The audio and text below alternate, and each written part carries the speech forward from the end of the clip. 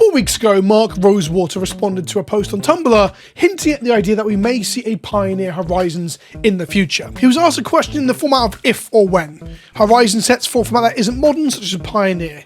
If or when as a question format is saying not when is a certainty, it's just a matter of time, or perhaps it's already planned.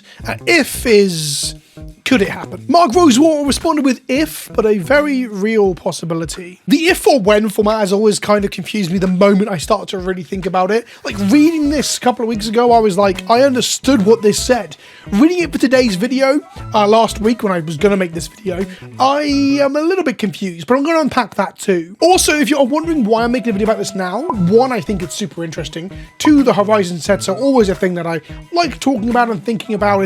I've got a love-hate relationship with them. And C, I was going to make a video earlier than this. Things got in the way last week. But prior to that, I was actually just off work, spending time with my daughter for the last January we'll ever have where she's not actually at school.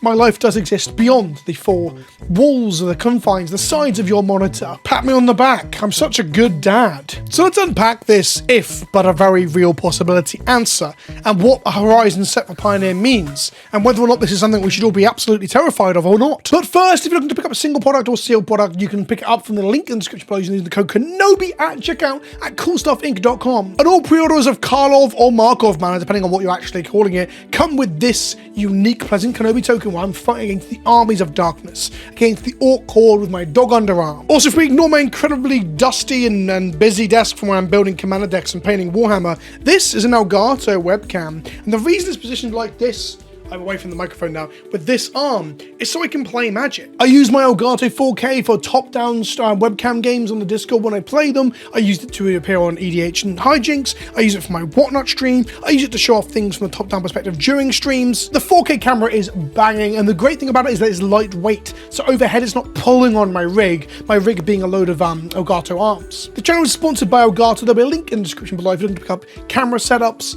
Elgato arms, you've got lighting setup, the stream decks. I use the entire ecosystem. I used it before they were sponsoring me, I use it now.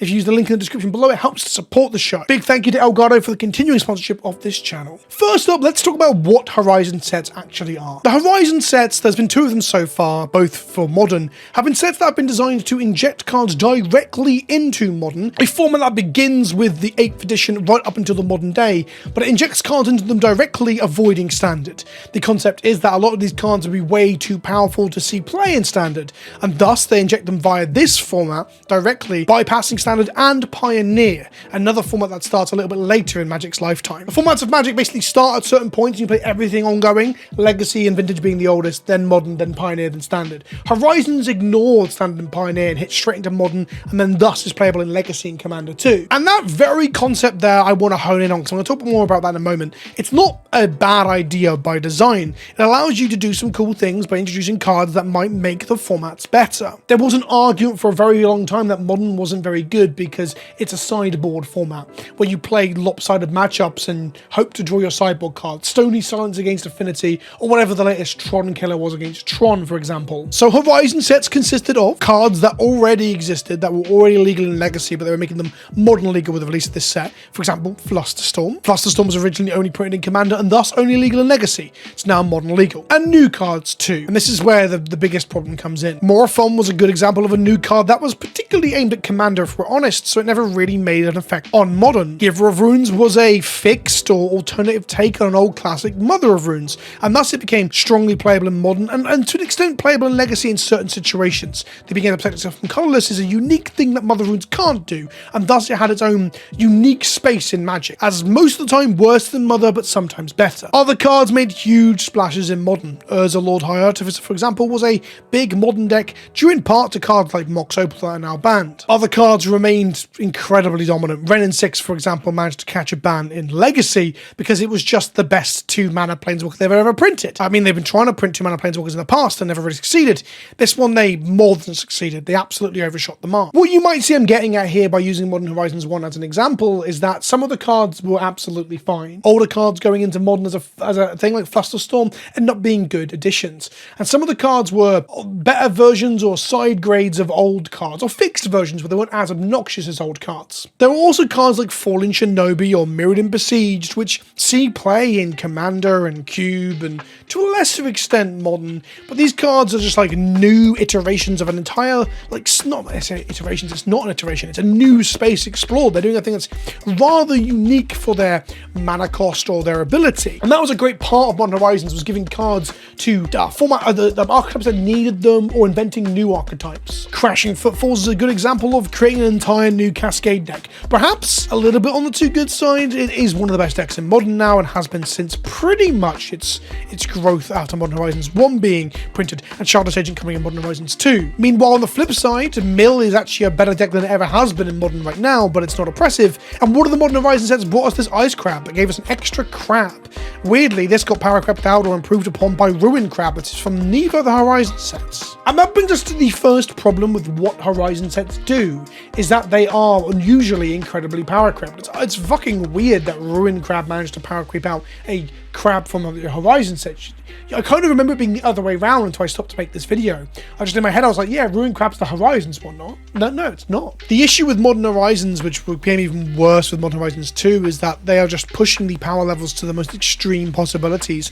Ragavan is easily the best one-drop ever printed, perhaps only getting beaten out by Deathrite Shaman, a card that was a mistake that is banned in almost every format. The Evoke cycle as well being a huge, just absolute fucking jumping off the shark moment for Magic. Free spells have always been a problem, but free spells that we can then abuse with reanimation effects, free spells that are 4-for-1s, there was just absurd pushing of the envelope here. So, with that all in mind, does that mean that what Mark Rosewater said should be a thing that we fear? Well, not really, no. For every Archon of Cruelty being quite literally one of, if not the best 8 mana cards you could ever reanimate, there's Ignoble Hierarch, a take, a twist, a referential piece of humour to an old Magic card that is perfectly fine and perfectly reasonable, giving more teeth or more space for the Goblin decks of old and Jund decks of old to explore. Basically, Modern Horizons 1 and 2 are full of cards that have not quite realised their potential yet, or are just perfectly reasonable Magic cards that are super interesting in what they do. The sets are high-powered and complex, and most of the cards are really fun to play with. That's where my love-hate relationship goes, is that I love Horizons for the most part, because there's just so many cool and interesting cards in them. Cube, Commander, Legacy, and Modern have been, for the most part, made better by the cards in these sets. However, the outliers really do dictate the conversation, and the outliers do kind of spoil it for everything else. The Fury Invocation cycle, the Invocation Elemental, Incarnation Elemental, fucking hell, I don't know what I'm calling these, Evocation Elemental Incarnation cycle, whatever.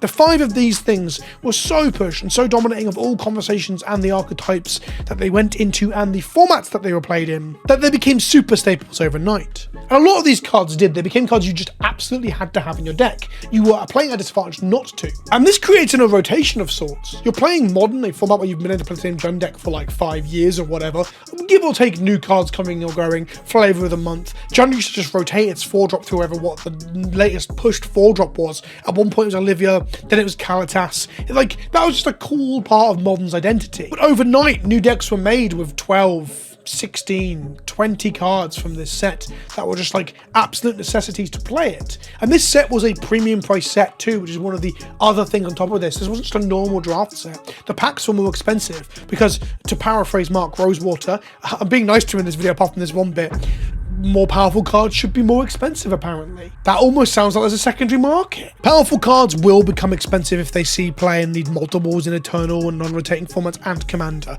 Esper Sentinel's a good example of this. It's not a card that anyone wants or clambers for a ban because it's not really oppressive, but it's very, very good. Best in class, unique in what it does. And it's an expensive card right now. $30, I kind of get it. And that's okay. The problem is that these prices are hyperinflated and pushed up by the fact that the product is super expensive. And Horizons were also meant to be like quite fun draft formats, but again, premium price draft packs. Essentially, that isn't really the big point of this video, but I did want to labor it a little bit, that it bugs me that all these packs are so expensive. Ravnica Remastered is another one, a set that I have enjoyed opening, I've enjoyed drafting, I'm drafting it again next week. I really like this set, and unfortunately the packs are more expensive than they probably should be. So back to that original point. Do we need a Pioneer Masters that skips standard and put things into Pioneer? Should we be scared they'll do it again? Well, firstly, let's talk about Mark's clarification of all this. He says, first I said if, not when, which definitionally by the whole when-if paradigm means it might never happen. When means I expect it will eventually happen, and even then not necessarily soon. If means I have no belief it will necessarily happen. He's saying it's likely, but there's no plan to do so now, and there's a chance it never happens. Second, looking ahead to Horizon sets, there is a possibility that one day, again, not necessarily soon, we'll apply that set structure to a different format. That's just the way a product line like that might adapt. Pioneer is the most likely format to look at, if and again if we ever choose to do that. So the sky is not falling. I'm just examining hypotheticals because that's an activity you all seem to enjoy on the blog. And to be fair to him, I think that's a very reasonable unpacking of the situation. People really clutched their pearls and got worried because Horizons has some very negative connotations to it now. For example, being way too powerful and turning Modern into a block constructed format where you mainly played Modern Horizons cards. But that's the first point, is that the power level issues with Modern Horizons 1 were lower than Modern Horizons 2, with a few outliers like Astrolabe and Hogak. And then going into Modern Horizons 2, they really fucked the dog, screwed the pooch, shat the bed. But then there was this fear coming into Lord of the Rings, a set that was inexplicably going straight into Modern. And I say inexplicably, we know why. Modern Horizons 1 and 2 sold really well because Modern was a popular format and the cards were also good for Commander. You're just getting a lot of the magic Venn diagram to buy into your nonsense at this point. So the suits at Hasbro have said, do it again. And then when Wizards are like, we haven't got a plan for a Horizon set, they say to you, do it with whatever's coming up next. Lord of the Rings, that'll work. I don't know that for certain. It's a hypothetical, it's a tinfoil hat moment, but let's be honest, that's probably what happened. But Lord of the Rings proved that if they tried, not everything had to be busto, nutso, fuck your mum, busted. Again, there are outliers and they do kind of overshadow the conversation, but at least the outliers are fewer and further between when it comes to Lord of the Rings. In essence, there's two cards that really stand out. The One Ring was pushed to shit. Absolutely pushed right out the fucking door and off the cliff because it was the title card, it was the titular ring, it was the thing that they were going to make a serialized version of that they wanted Post Malone to buy for millions of dollars. So it ended up being way too fucking good. How this got to print as it is, I do not know. And Bowmasters is a similar situation, if not because of the title card, perhaps due to some oversight or an attempt to rein in the X-ones like Ragavan from other sets. It was some sort of internal balancing issue here for the entirety of Magic. But outside of the wordiness of the Lord of the Rings cards, which is an ongoing issue within Magic they still haven't really addressed or fixed, I think the set was pretty damn good. A great limit environment, really interesting cards for Commander, on the whole thematically really on point. I know the Ring Bearer thing has its issues. For example, the fact that it doesn't have a downside. That would be better thematically, worse gameplay. I get that. But the point I'm getting at is I think since around Neon Kamigawa Dynasty, that was when things got better. They started to decreep the most powerful cards. Other than perhaps Sheoldred. Fable's very, very pushed too. Fable and Sheoldred are outliers in that era of Magic too. And if Lord of the Rings is a justification, or at least a inclination that they are learning from their mistakes, then a Modern Masters 3 or Pioneer Masters might not be the absolute ball ache that we think it's going to be. The real proof in the pudding is Modern Horizons 3, which is around the corner. And I don't know exactly when previews for that start, but that'll be a good indication as to whether or not they are going to take the foot off the power creep brake. Oh, I say brake? Foot off the power creep gas pedal when it comes to Horizon sets. At the moment, Horizon sets are synonymous with game-breaking or game-killing power creep, and Wizards have to work to undo that reputation. Because it's true. Modern itself became Modern Horizons block constructed basically overnight when these sets came out. My gut reaction on seeing Mark's post was, oh fuck, don't do that. But on further introspection, I started to wonder whether actually it could be quite good if they focused on reprinting cards that already exist but aren't currently legal in Modern, bypassing Standard, and also making the format wider by providing cards like the Crab from Mill, for example, that flesh out other archetypes that aren't quite there competitively. Barry on my Discord pointed out that he really would love to play with Tarmogoyf somewhere, and maybe Pioneer is the answer. Being able to play with Tarmogoyf there might be good because A, there's no fetches, and B, it might just be a reasonable beta for the mid-range decks as opposed to the powerhouse it was in the past, or even that good actually. I don't even know if it'd be that good in Pioneer. It'd be kind of fun to have Pioneer be the retirement home of Goyf, as it's not really seeing play in Timeless or Historic anymore, as cards like Questing Druid beat that out. That said, Questing Druid is legal in Pioneer, so is there a point where you should play Tarmogoyf over Questing Druid if you're in red-green? Probably not. I could be wrong, but I feel that the power creep just isn't to the severity that it once was. I feel like we had a period, and it stopped around, maybe it was around after Ikoria, maybe after Zendikar Rising, where I felt like the power level dipped significantly, but in a way that wasn't uninteresting. Although Strixhaven and New Capenna weren't really sets that I remember very fondly. I spent a lot of time, like, you know, ribbing design decisions from Wizards, and especially some stuff that Mark Rosewater says and does. So I actually thought when it comes to this video, I did want to maybe in some ways defend him. I think the idea that you could use Horizons to inject stuff into Pioneer isn't the worst thing you've ever heard, if they learn from past mistakes.